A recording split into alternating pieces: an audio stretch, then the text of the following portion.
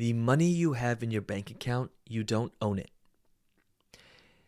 In fact, the bank, basically look through, next time you're setting up a bank account or you want to look through some of the agreements you've made with your bank, and I really hope this pisses you off and like makes us really, really think through this. And this is probably something you already know, but it's like, are you okay with it?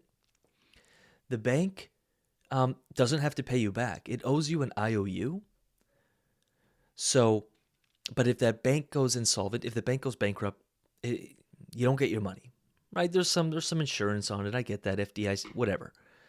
But the fact that you don't own your money, I don't know if you've ever gone into a bank and asked for like 20, 30 grand. I have. And they're like, basically, that's impossible. We can't. I've gone into banks to want 5 grand, but because they probably had a busy day and they didn't have that much in there wherever they keep it, they were like, oh, we literally don't have that. I had to go to the bank machine and get my 3K and then get the 2K. And it was kind of like, I was just like, huh. And whatever, that is what it is. Great. They don't have enough to give to you. That's a problem already that we should probably be a little bit like, hey, that doesn't really sound right. Sure. But you could say, well, you can order the money. Okay, cool.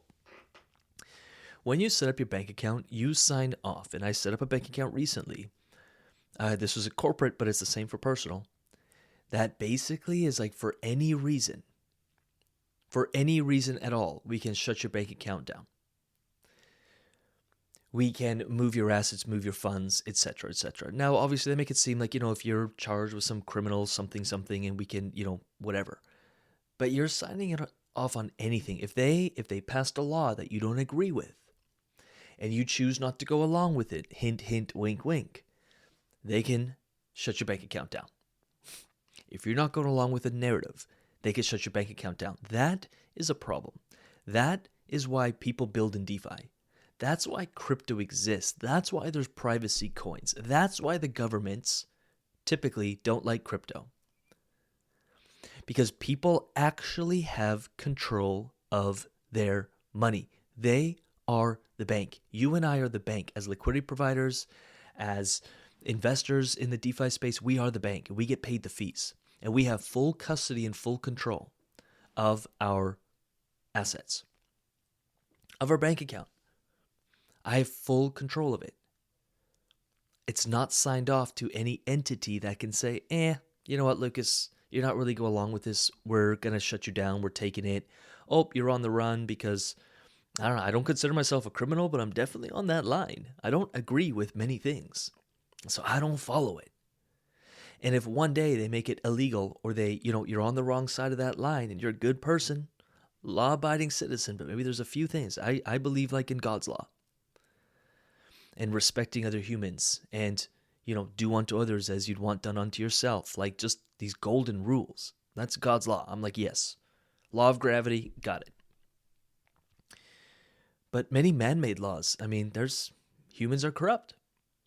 And I believe humans mean well, but at some point, there's going to be things done behind the scenes, but under the table deals where laws are passed that I'm like, I don't agree with that. And I am not a bad person for not following that law. But if you find yourself on the wrong side of that, even if you are a law-abiding, church-going, God-fearing, yes sir, no sir person, at one point you may find yourself on the wrong side of that. And to me, I'm like, my wealth, which is really not like, I don't even think of money as money. It's like resources. My resources, what I've traded my time for, what I've put labor into, I want to own it. It should worry us that we don't even own our own house. You don't pay taxes. You don't have a house. It's gone. The land that you have, that you plant things in, I believe that you should be able to reap what you sow when it's yours. That doesn't exist anymore. And there's not many things you can own that you actually have full custody of. I own a couple cars and a bunch of motorcycles. I don't actually own it. They can take it from me. I don't pay this or that. I can't drive it on the road. I just had a quote for an insurance quote, $5,800 a year for this car. There's one thing I can own, and that's digital assets. And that's why I'm in the game, and it's why I'm so passionate about it. So probably stuff you already know, but I'm hoping it just reminds us that, hey, Like, we're doing something really special here, and you're part of something really special, like really freaking special. And that's that. Happy yield farming. Go get them. And with that said, we'll see you in the next episode or in the UIG. Come log in, say hey.